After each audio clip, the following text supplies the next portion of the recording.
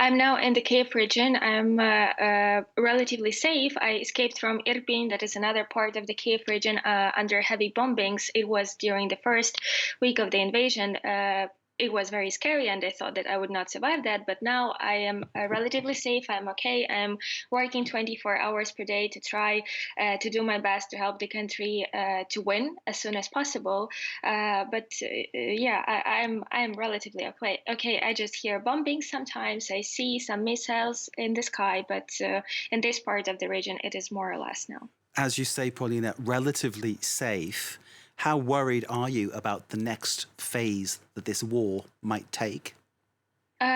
You never happen about what will happen tomorrow. The only thing is that you are scared to wake up because this means that you read another news about another child or a woman wounded or killed by Russian missile.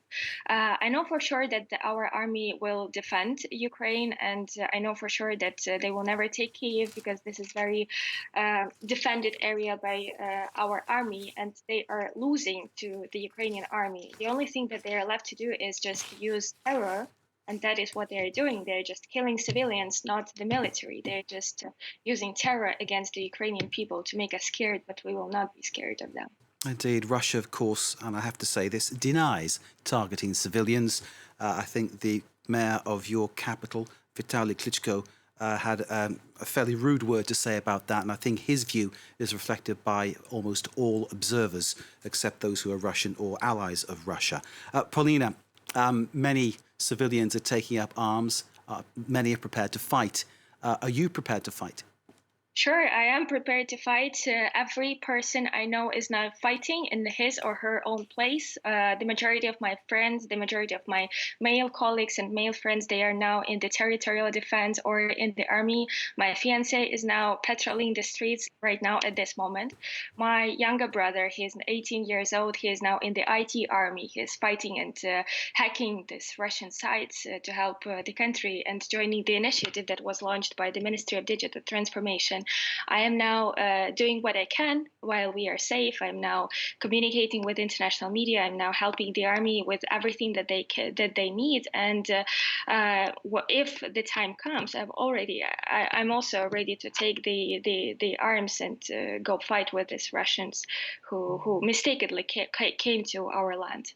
Pauline, you mentioned your friends, you mentioned your family, you mentioned your fiance, you've mentioned everybody who's trying to create this resistance against the Russians. And you mentioned that in many ways Ukraine is winning at the moment.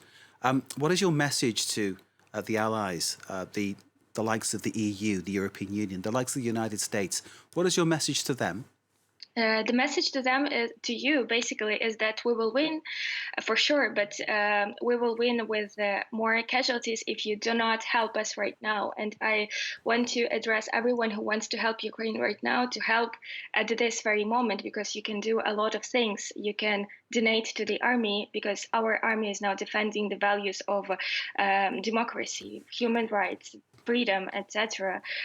You can address every person who you know from Ukraine, or you can address me and ask what you can do to help Ukraine. You can subscribe to Ukrainian media outlets, to Kyiv Not Kyiv on Facebook, to read what you can do, like addressing your government, whatever. So you can personally do so many things to help Ukraine, and I'm really asking you to help, because we will win. But this means if we lose another child in this war or not. So this is probably the main message to all the friends who are supporting a lot, but this support should become more. Paulina, we're speaking late at night. What are you hoping for tomorrow? I hope that I will not read the news about another child or woman or man found dead in Mariupol or in another city or village in Ukraine. This is what I hope for.